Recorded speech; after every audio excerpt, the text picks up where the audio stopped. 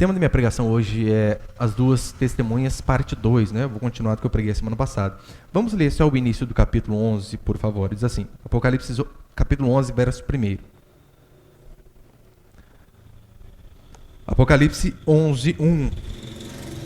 Deram-lhe um caniço semelhante a uma haste e me disseram: levanta-te, mede o santuário de Deus, o altar, os que nele adoram. Mas deixa o pátio que está fora do santuário, não o meças, porque foi dado aos gentios. Eles pisarão a cidade santa durante 42 meses. Considerei as minhas duas testemunhas que profetizem durante 1260 dias, vestidas de pano de saco. Estas são as duas oliveiras e os dois candelabros que estão diante do Senhor. Só até aí tá bom, o restante eu vou explicando, que eu já li semana passada. Olha para cá, por favor. Lembra, aqui um pouco antes da 7ª trombeta, do juízo final. Deus, através do anjo, vem dando revelação a João, João vem escrevendo, e então nós chegamos aqui no capítulo 11, onde fala a respeito, né, desse prelúdio, desse instante, pouco antes, aos 45 minutos do segundo tempo, de chegar na 7ª trombeta e no juízo final. E aqui, basicamente, no capítulo 11, João vai falar sobre o cuidado de Deus para com a sua igreja, que no caso somos nós, como que Deus cuida de nós. Vai falar sobre a mensagem que a igreja prega ao mundo, representado aqui nessas duas testemunhas, a consequência desta mensagem, que foi a morte deles, e no final vai falar sobre a restauração, né, sobre a ressurreição dessas testemunhas e Deus, de fato, se sobressaindo sobre todos. Então, a ideia aqui, como eu falei na última semana, a medição do templo, né? Deus manda medir o templo, no intuito de mostrar que há uma parte do templo que Deus diz: isso daqui é meu, é propriedade particular. E com base nisso eu quero passar 2 princípios. Põe o primeiro ali, por favor, Miguel. E pode pôr aquela primeira foto também, pode pôr a foto aí. Eu coloquei a semana passada, mas só para relembrar a nossa memória. O santuário ele era dividido em 3 partes, que era o átrio, né, ou o pátio externo, depois tinha o lugar santo, e tinha o Santo dos Santos, onde ficava a Arca da Aliança, onde Deus se manifestava, e o sumo sacerdote entrava apenas uma vez por ano, no dia do Yom Kippur, que é o dia do perdão nacional. Então, o que Deus diz é o seguinte: olha, meça o templo aqui é apenas uma simbologia do seu povo. Só que ele diz assim, mas o átrio, este daí, não mede não, esse daí deixa para os gentios, para mostrar que mesmo que aqueles que talvez estejam próximos à igreja, ali de uma forma física, não são o povo de Deus. É isso que ele vai dizer, quando ele fala, olha, meça o templo. Por quê? Lembra qual é o contexto de Apocalipse? O contexto de Apocalipse é Deus descarregando a sua ira sobre o povo. Primeiro ele descarrega sobre os elementos da terra, depois ele começa a descarregar sobre o homem ímpio. E aqui o que nós vemos é Deus continuando a fazer isso, descarregando a sua ira sobre o homem. E olha que triste. Ele vai descarregar sobre o homem ímpio, mas também sobre aqueles que pensam ser povo de Deus e não são.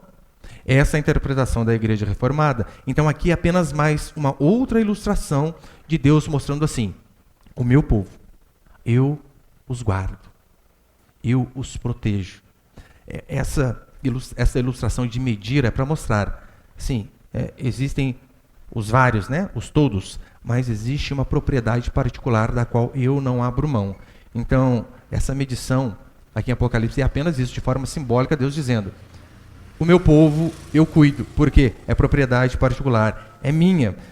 Isso, meu irmão, não quer dizer de forma alguma que o fato de Deus proteger e cuidar do seu povo, que nós estamos imunes a problemas, que nós não sofreremos, que a doença não vai bater à nossa porta, que o luto não pode nos alcançar.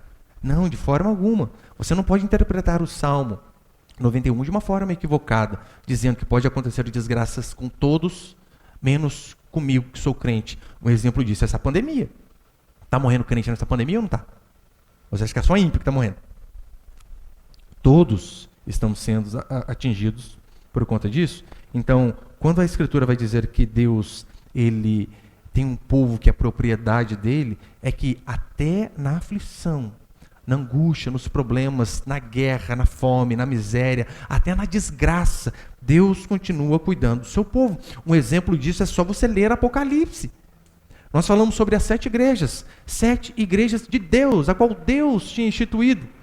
E essas igrejas, né, historicamente, nós vimos que pessoas foram mortas a fio da espada, foram decapitadas, mulheres foram estupradas, crianças foram mortas, homens foram incendiados, uma desgraça, uma carnificina total com a igreja de Deus. Então, fidelidade pode ser sinônimo de livramento. Às vezes não.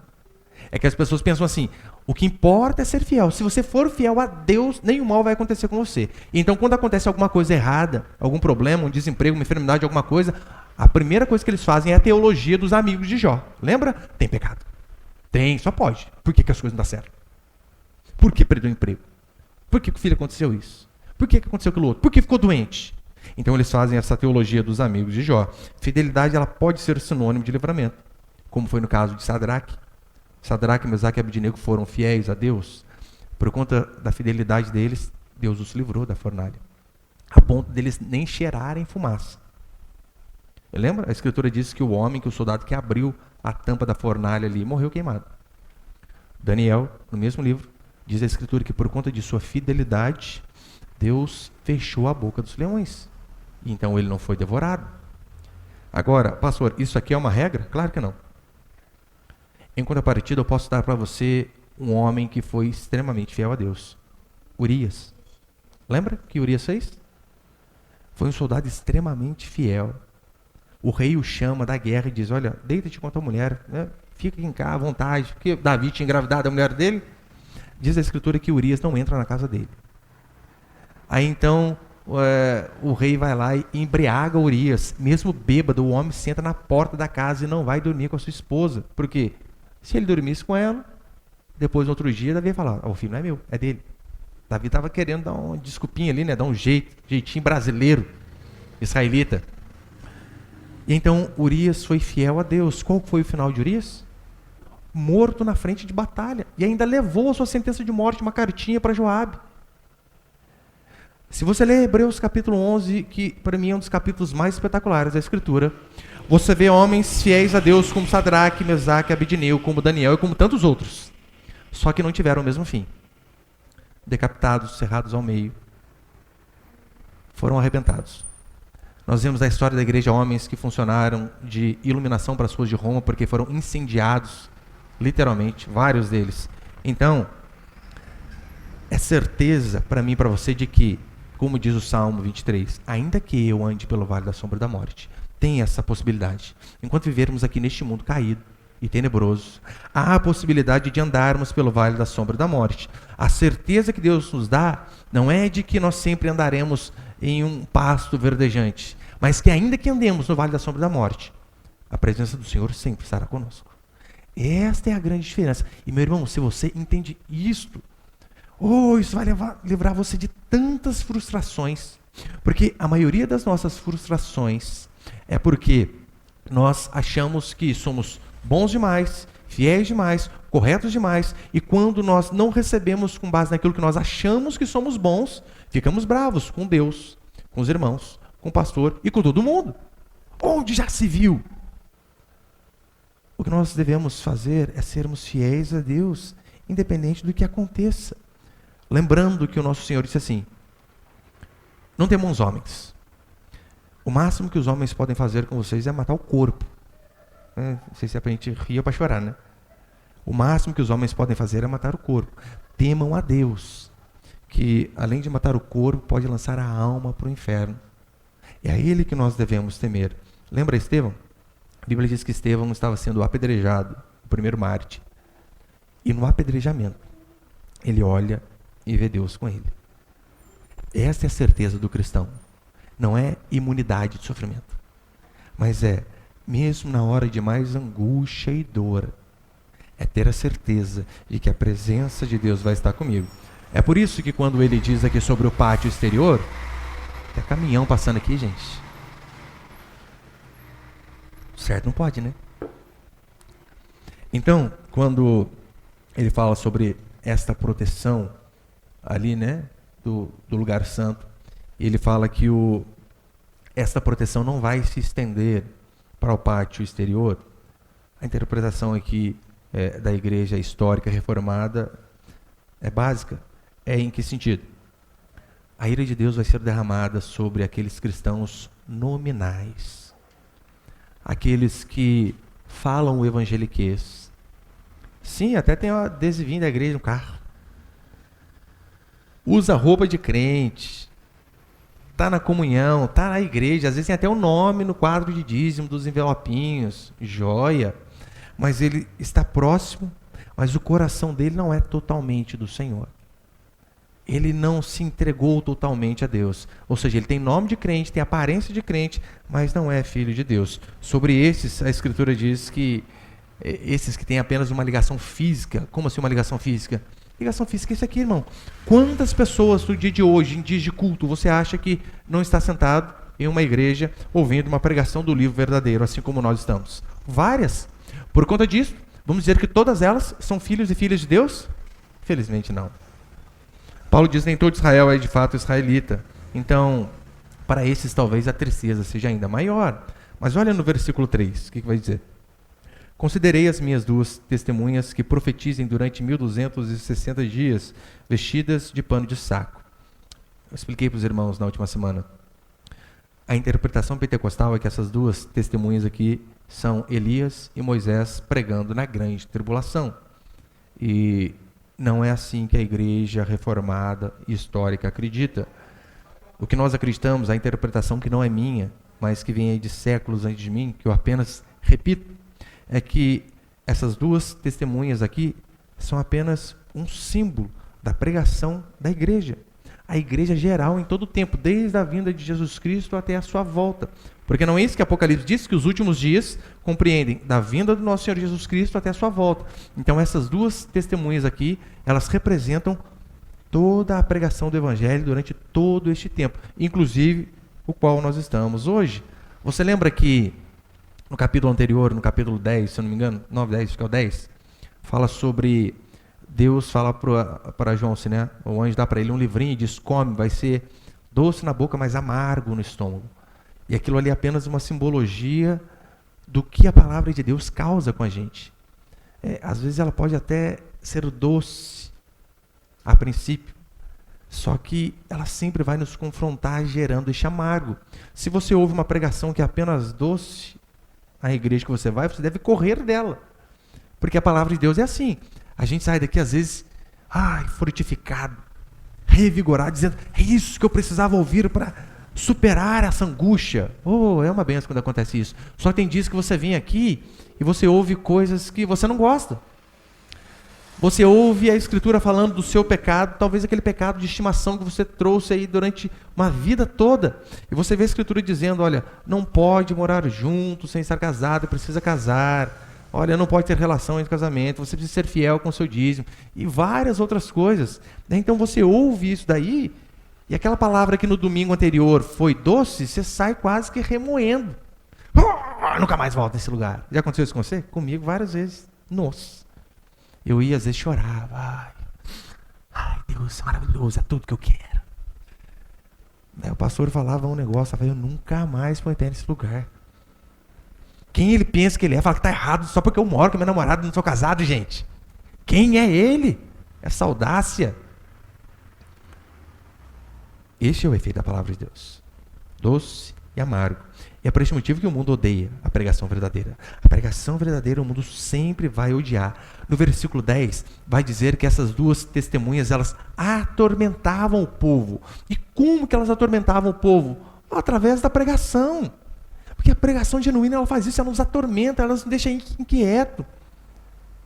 Ela nos deixa feliz, mas em contrapartida também nos deixa bravo. O que se espera é que, de fato, nós venhamos a ouvir a pregação, como é a mensagem aqui da igreja, representada por essas duas testemunhas, e nos humilharmos. Não é este o resumo da pregação de Jesus Cristo? Lucas vai resumir a pregação de Jesus e de João Batista na mesma sentença, basicamente. Arrependei-vos, porque está próximo o reino dos céus. Amargo. Mas depois do amargo vem o doce. Não tem como você ficar apenas com um lado. você escolher apenas uma parte. O homem, ele quer pecar sem sentir culpa. Agora, a palavra de Deus, na boca dessas testemunhas e da igreja verdadeira, o que ela faz? Meu irmão, ela gera confronto, ela gera até temor. Ela tem que gerar temor. O exemplo disso é Paulo. A Escritura diz que Paulo ele vai pregar para Félix e depois ele pregar sobre juízo vindouro, sobre a justiça e sobre o domínio próprio. Diz a Escritura que Félix ficou amedrontado. Você consegue imaginar um governador ouvindo uma pregação e ficando igual aquelas galinhas lá tremendo de medo? Foi o que aconteceu com Félix. Agora, as pregações de hoje têm colocado medo também? Ou não tem nada? Você consegue imaginar Tammy Gretchen ouvindo o pastor ali no programa de auditório? E então o pastor diz, a Tammy diz assim: pastor, o senhor me aceitaria na sua igreja? A resposta dele: olha, eu não concordo com o que você faz, mas eu respeito. Numa tacada só ele consegue agradar gregos e troianos. Olha, eu não concordo com o que você faz. Ou seja, os crentes Nutella, esse pastor é bom, hein? Mas eu respeito. A comunidade LGBT, purpurina pra cima. Por quê? Olha, ele conseguiu agradar os dois. Eu vi uma moça, nesse mesmo programa, né? Um dia foi com esse pastor, e no outro dia com o padre, Fábio Forte de Mello. Então, primeiro que eles já colocam uma moça totalmente indecente na frente dele, com um vestido minúsculo. Com a tatuagem que pega lá da panturrilha até aqui em cima. E é claro, eles vão fazer o quê? Vão espremer o cara. Fizeram com o pastor, você acha que... Tem que falar o nome também, né? Pastor Cláudio Duarte, falei só do padre, fica ruim, né? Daí, vamos espremer o cara também. Daí eles chegam lá e dizem assim: pastor, o que o senhor acha da roupa dessa moça?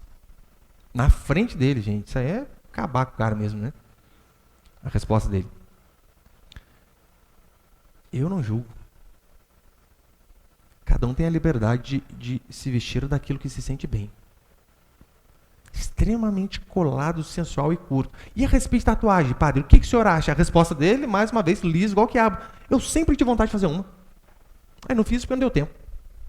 Gente, um padre desse é ovacionado em qualquer lugar. Qualquer pessoa que dê esta ou este tipo de resposta diante de uma situação assim vai ser ovacionado. Agora, alguém que está em pecado, ele não precisa ouvir palavras de consolo. Ele precisa ser atormentado. Precisa ser atormentado. Se eu vejo alguém indo para o abismo e eu não grito em voz alta dizendo: arrependa-se, saia desse caminho. Mas eu apenas começo a tocar a nona sinfonia de Beethoven para ele continuar indo para o abismo em paz. Eu estou fazendo um desserviço para o Evangelho. Então, pessoas que estão em pecado não precisam de consolo, mas de tormento. E a oportunidade que a pessoa tem de se arrepender é quando ela ouve verdadeiramente o Evangelho. Do contrário, ela vai ouvir mensagens a respeito da Escritura, mas não a mensagem da Escritura, que é a respeito do arrependimento. Os pastores modernos de hoje, eles mantêm em paz pessoas que estão à beira da morte. Talvez o provérbio preferido dele, provérbio que eu inventei, né? Não está na Bíblia.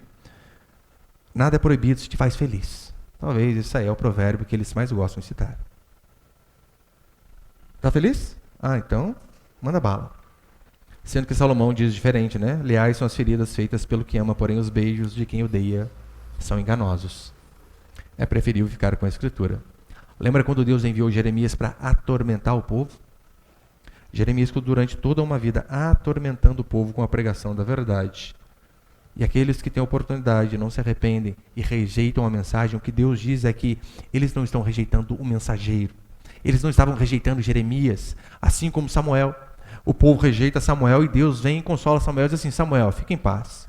O povo não está rejeitando você, o povo está me rejeitando, então eles vão se ver, é comigo. E segundo, põe o segundo para encerrar.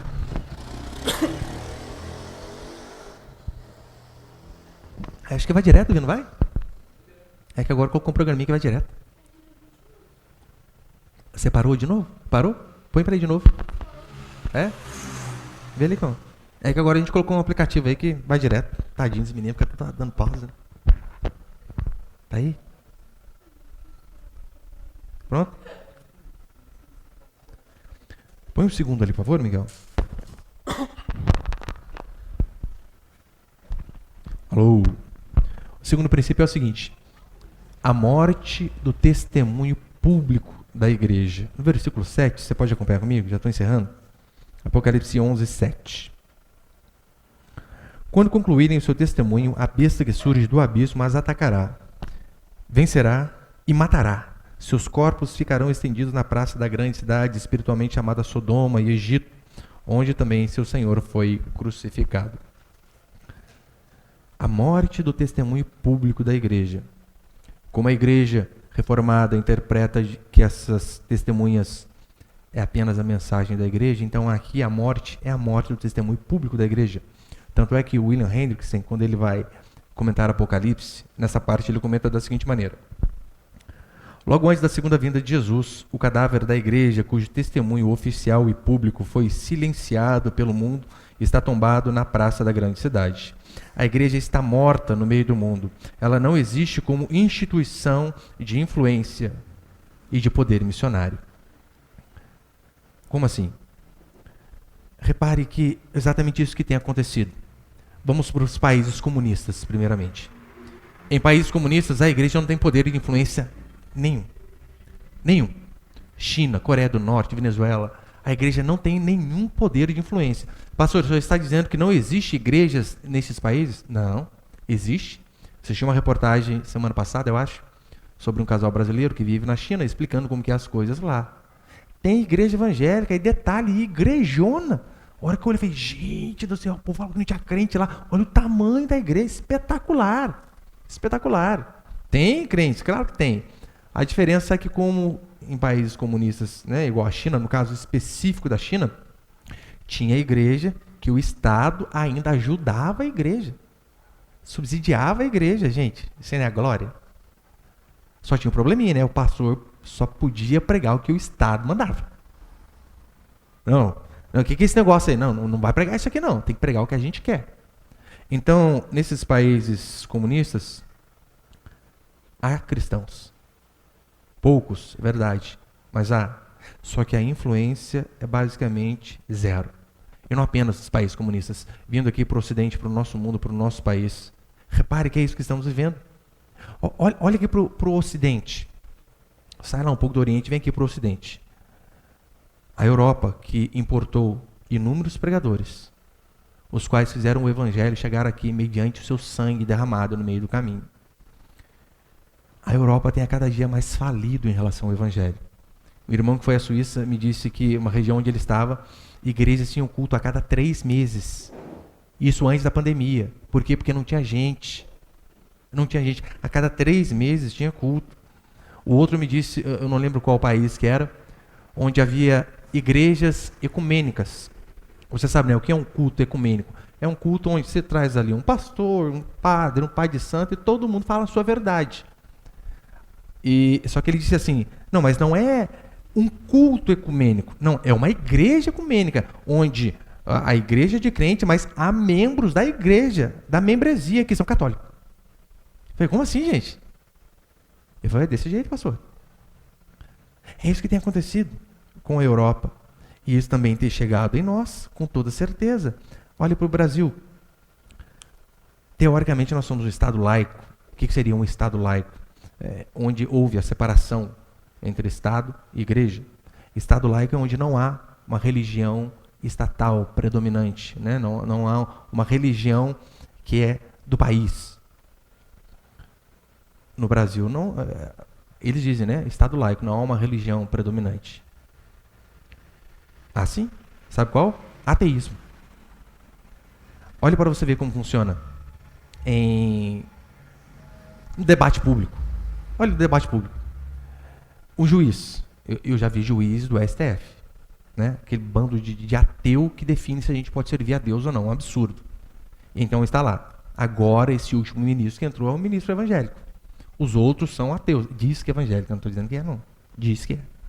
Põe a mão no fogo não. E então ele está lá, e ele tomou aquela decisão há alguns meses de reabrir as igrejas para cultos. Daí um outro ministro fez uma chacota com ele, dizendo, ao crente, em vez de se basear na Constituição, está baseado na Bíblia. Não, mas ele estava baseado literalmente na Constituição. Mas pode reparar, no debate público, não há lugar Se você diz que é cristão, uma das... Todas as vezes, quando eu entro em algum debate, seja Instagram ou Facebook, quando as pessoas olham o meu nome lá e veem que eu sou pastor, ele diz que a minha opinião não conta. Eu, às vezes, estou tecendo um argumento a respeito do socialismo, socioconstrutivismo ou qualquer outra coisa. Daí então eles dizem, não, mas você é pastor, não vale. Mas calma aí, gente, isso quem me desqualifica? Só porque eu sou pastor? Não, pastor tem que cuidar da igreja. Por quê? Para falar de política, você tem que ser ateu. Você não pode ter religião nenhuma. E eles não conseguem reparar que o ateísmo também é uma religião. E assim funciona nas universidades em todos os lugares. A influência da igreja tem a cada dia mais morrido, como diz aqui. Só que o interessante é que no versículo 11, acompanha comigo, por favor. Apocalipse 11:11. Depois de 3 dias e meio, o espírito de vida vindo de Deus entrou neles, e eles ficaram em pé. E os que viram foram tomados de grande temor. E olha o verso 12. Então ouviram uma forte voz do céu que lhes dizia, subi para cá. Eles subiram ao céu em uma nuvem, e seus inimigos os viram. Olha que interessante, é exatamente isso que vai acontecer com a igreja, né? O testemunho público falido. Mas um dia o Senhor vai ressuscitar esse testemunho público da igreja a ponto de até os inimigos, como diz aqui, verem a ascensão da igreja. E o que a gente conclui de tudo isso? Primeiro é que, de fato, a mão de Deus é sobre o seu povo. Isso você pode ter certeza. Na verdade, você deve se agarrar a essa certeza como você se agarra a uma boia se você estivesse naufragando, afogando. Agarrar a essa certeza de que Deus é por nós. Isso não é apenas um versículo, apenas um jargão.